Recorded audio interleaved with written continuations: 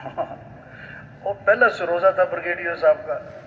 वो जो रहबर था ना, वो भी इतना सीधा आदमी कि वो ब्रिगेडियर साहब को पहला गश्त और ले गया पता किधर, मोची के पास। मोची, हाँ हाँ। अब वो मोची बैठा हुआ था, उसने देखा कि ये मस्जिद से निकल कर आ रहे हैं मेरी तरफ, टोपियां पहनी हुई हैं इन्होंने, अब ये कोई मेरे से बात करेंगे तबलीग की। वो फारिग बैठा हुआ था, लेकिन जब उसने देखा ना मेरी तरफ आ रहे हैं, तो उसने हथौड़ी उठाई और कोई चीज उठाई और टुक टुक टुक शुरू कर दी, गोया कि मैं बड़ा मसरूफ हूँ। हाँ। अब जब ये गए, ब्रिगेडियर साहब ने कहा अस्सलाम वालेकुम, उसने कहा मैं तुम्हें फारिग नजर आता हूँ, तुम तो फारिग लोग हो, तुम्हें तो काम भी कोई नहीं, चलो भागो यहाँ से। मैं तुम्हें क्या नजर आता हूँ? फारिग नजर आता।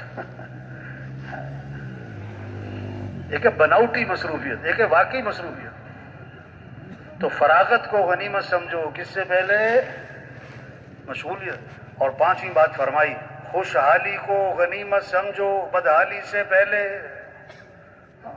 खुशहाली, आसानियां, सहूलतें हैं, हाँ, इसको गनीमत समझो। मियाँ बीवी खाना खाने बैठे ना, किताबों में किस्सा लिखा है, तो उसका खामिन जरा बड़ा गुस्से वाला, दरवाजे पे दस्तक हुई, भूखा हूँ, फकीर हूँ, मुझे खाना खिलाओ। उसे आया गुस्सा, गया, उसको कहा दफा हो जाए यहाँ, और बुरा भला कहा और उसको जनाब डांट डपट के भगा दिया वहां से। अल्लाह की शान, कारोबार तबाह हो गया, मियाँ बीवी में नाचाकी और तलाक हो गई। अब बीवी ने कहीं और शादी कर ली, अपने दूसरे खाविन के साथ एक दिन बैठी खाना खा रही, दरवाजे पे दस्तक हुई, भूखा हूँ, मुझे खाना खिला दो। इसने कहा हम बाद में खाएंगे, ये रोटी पहले फकीर को दे आओ। वो रोटी लेके दरवाजे पे पहुंची, फकीर के हाथ में रोटी पकड़ाई, उसके चेहरे पे जो नजर पड़ी तो चीख निकल गई, रोटी भी वापस आई। उन्होंने कहा क्या हुआ? उन्होंने कहा मेरा पहला खाविन था, हम खाना खाने बैठे थे, एक फकीर दरवाजे पर आया था, मेरे खाविन ने उसको धक्के दे के निकाल दिया था, आज ये फकीर जो दरवाजे पर आया है ये मेरा पहला खाविन है। उसने कहा बताऊं मैं कौन हूं? मैं वही फकीर हूं जिसको धक्का दे के निकाला था। खुशहाली को गनीमत समझो, किससे पहले? तबलीग के मकसद जिंदगी क्या है भाई? चिल्ला मुबारक, हाँ, 4 माह मुबारक, सिरोजा मुबारक, यहाँ मेरा सिरोजा लगा था, इज्तिमा में आना मुबारक सर आंखों पर। लेकिन भाई तबलीग में क्या है कि भाई मकसद जिंदगी 3 चीजें हैं समझने की, 3 चीजें हैं समझाने की। मकसद जिंदगी, जरूरियात जिंदगी और ख्वाहिशात जिंदगी। क्या कहा? सुन रहे कि सो रहे भाई? सुन रहे ना? क्या 3 चीजें? क्या? मकसद जिंदगी और जरूरियात जिंदगी और ख्वाहिशात जिंदगी।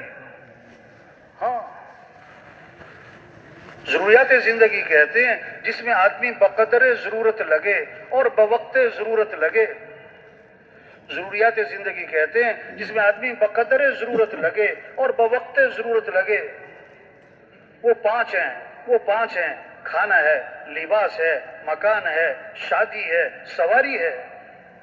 ये जरूरियात जिंदगी हैं, ये मकसद जिंदगी नहीं है। हाँ, जैसे सालन में नमक ना हो तो जायका नहीं बनता, नमक ज्यादा हो जाए तो कड़वा भी हो जाता है। अब ये नहीं कह रहे नमक ना डालो, ये कह रहे भाई नमक थोड़ा सा डाल दें भाई। ये नहीं कह रहे जरूरियात जिंदगी में मत लगो, लेकिन जरूरियात जिंदगी में बकदर जरूरत लगना, बवक्त जरूरत लगना। तोबा तोबा, आज जोर लग गया खानों पर। सबसे ज्यादा वक्त मस्तूरात का कहां लग रहा है? बावर्ची खाने में। घरों में सबसे ज्यादा मशवरा किस चीज का हो रहा है? खाने का। आज क्या पकेगा? मर्द घर आते हैं, सबसे पहला सवाल करते हैं आज क्या पका है, क्या पका है? आयशा रज़ियल्लाहु अन्हा फरमाती हैं एक चांद और दूसरा चांद और तीसरा चांद भी चढ़ जाता था, हमारे घरों में आग नहीं जलती, यानी चूल्हा नहीं जलता। गुजारा कैसे होता था? हो फरमाया खजूर और पानी 2 महीने, या अल्लाह। हाँ, जोर लग गया खानों पर। ओफो, इतना खाते कि उस खाने को हजम करने के लिए भी कुछ खाना ही पड़ता है आजकल। तो हाँ, हजरत जाबिर रज़ियल्लाहु अन्हु, हाँ, बाजार से 1 درہم کا گوشت خریدا. غور سے سنے بھائی, بات کو سمجھے میرے بھائی. ہاں, حضرت جابر رضی اللہ عنہ بازار گئے, 1 درہم کا گوشت خریدا, واپس آ رہے, سامنے حضرت عمر رضی اللہ عنہ آ گئے. حضرت عمر رضی اللہ عنہ کا زمانہ ہے, تو حضرت عمر رضی اللہ عنہ نے فرمایا کہ یہ کیا ہے تمہارے ہاتھ میں, کیا لائے ہو؟ کہ 1 درہم کا گوشت ہے, 1 درہم کا گوشت خریدا ہے. کیوں؟ کہ گھر والوں کا گوشت کھانے کو دل چاہ رہا تھا. او ہو, گھر والوں کا گوشت کھانے کو دل چاہ رہا تھا. او ہو, حضرت عمر رضی اللہ عنہ نے فرمایا اچھا, گھر والوں کا گوشت کھانے کو دل چاہ رہا تھا. حضرت جابر رضی اللہ عنہ حضرت عمر رضی اللہ عنہ کا منہ دیکھ رہے, پھر فرمایا اچھا, گھر والوں کا گوشت کھانے کو دل چاہ رہا تھا. پھر فرمایا گھر والوں کا گوشت کھانے کو دل چاہ رہا تھا. آگے حضرت جابر رضی اللہ عنہ فرماتے ہیں کہ حضرت عمر رضی اللہ عنہ نے یہ بات اتنی دفعہ دہرائی کہ میں دل میں کہہ رہا تھا کاش میرا درہم کہیں گم ہو جاتا, یا حضرت عمر سے میرا آمنا سامنا نہ ہوتا. بیٹے کے گھر گئے, حضرت عمر رضی اللہ عنہ بیٹے کے گھر گئے تو بیٹے نے گوشت پکایا ہوا. پوچھا کہ یہ گوشت کیوں پکایا؟ جواب دیا گوشت کھانے کو دل چاہ رہا تھا, گوشت کھانے کو دل چاہ رہا تھا. حضرت عمر رضی اللہ عنہ نے فرمایا کفا بالمرء سرفا ان یاکل کل ما اشتهت نفسه, آدمی کے فضول خرچ ہونے کے لیے یہ کافی ہے کہ جو جی چاہے کھانا شروع کر دے, جو جی چاہے کھانا شروع کر دے. زور لگ گیا کھانوں پر, توبہ توبہ توبہ. دوسرا زور لگ گیا کپڑوں پر. حضرت عمر رضی اللہ عنہ امیر المومنین ہیں اور خطبہ دے رہے ہیں اور منبر پر تشریف فرما ہیں, اور صحابی فرماتے میں حضرت عمر رضی اللہ عنہ کے کپڑوں کے پیبند گن رہا تھا تو میں نے دیکھا کہ حضرت عمر رضی اللہ عنہ کے 12 پیبند لگے ہوئے تھے. ایک روایت میں 13 پیبند لگے ہوئے تھے اور بعض پیبند چمڑے کے تھے. کون؟ امیر المومنین. آپ نے فرمایا میرے بعد کوئی نبی ہوتا تو عمر ہوتا, کہ عمر جس راستے پر جائے وہ شیطان وہ راستہ چھوڑ جائے. ہاں, خط لکھ رہے ہیں حضرت عمر رضی اللہ عنہ, کس کے نام؟ دریا کے نام. ہاں, آواز دے رہے ہیں.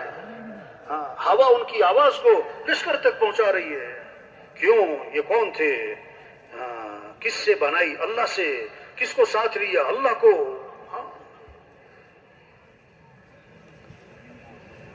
زور لگ گیا کپڑوں پر.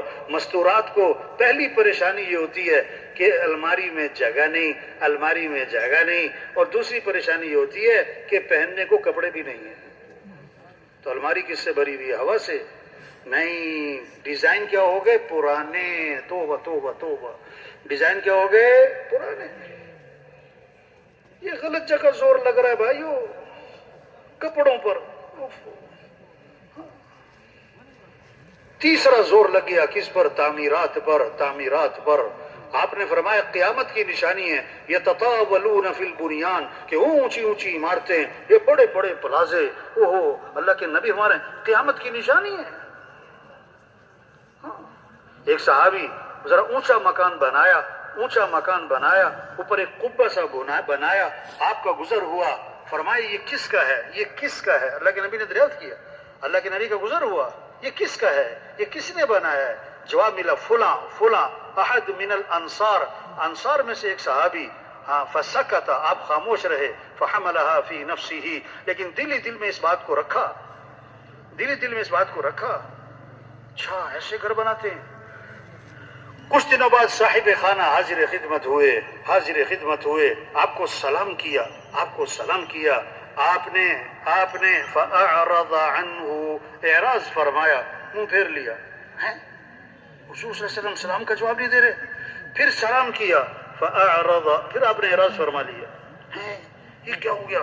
پریشان صحابہ سے دریافت کیا کہ اللہ کے رسول مجھے سلام کا جواب نہیں دے رہے, کیا ہو رہا ہے؟ تو سارا قصہ سنایا کہ تمہارے گھر کے پاس سے گزرے تھے اور دریافت کیا تھا یہ کس کا ہے. واپس گئے. فہدمها حتی سواها بالارض, اس کو گرا دیا اور زمین کے برابر کر دیا. اور آ کر آپ کو نہیں سنایا. آپ کا دوبارہ کسی موقع پر گزر ہوا, فرمایا ما فعلت القبہ, وہ قبہ نما جو مکان تھا اس کا کیا بنا وہ نظر نہیں آ رہا ہے. صحابہ نے ساری بات سنائی. اس پر آپ نے فرمایا कुल्ल बिनाइन वबालुन अला साहिबिही इल्ला माला। हर तामीर करने वाले पर वबाल का बाइस बनेगी सिवाय उस तामीर के जो जरूरत की हो। और एक रिवायत में आता है इज़ा लम युबारक फी मालिल अब्दी यजअलुहु फिल माई वत्तीन, जो किसी के माल में बरकत नहीं रहा करती तो वो तामीरात पर, मट्टी और गारे पर लगा करता है जब बरकत नहीं रहा करती। जोर लग गया, ऊंची ऊंची इमारतें बनाते हैं और उस पर लिख देते हैं हाजा मिन फजली रब्बी।